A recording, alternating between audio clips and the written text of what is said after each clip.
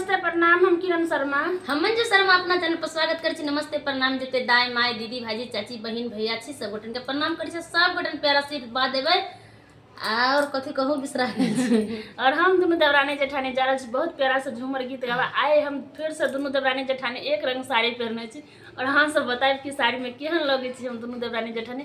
जरूर कमेंट करके बताए। कमेंट करो, हमरा दिसन नहीं ज्यादा हमरा पर हुकुम नहीं चले। देखे छे फिर सुबह से अखन तक ने गला जाम भ गेले के लके वीडियो नहीं बना पाबे छी, पता नहीं कथी भ जाए है। सब दिन सर्दी जुकाम से गले जाम भ जाए है। बहुत प्यारा सा झूमर गीत है। कतबो नंदी के भर पुर देवे तइयो मतलब भैया ला जाके कुछ लुतरी लगाइए। भैया ला मैं ला बहिन रहो तो का छोट चाहे जेठ ओकरा ला बुराई तक करबे टा करत। कतबो भर पुर देवी नंदी के सोना चांदी मतलब नंदी एहन चीज कलंक छिते छे भौजाई कि कतबो खिया पिया देवी तो कलंक देवे करत, कतबो द देवी तो कलंक देत। अब बहुत प्यारा सा गीत यहाँ सब जरूर सुनबे। सखी है छोड़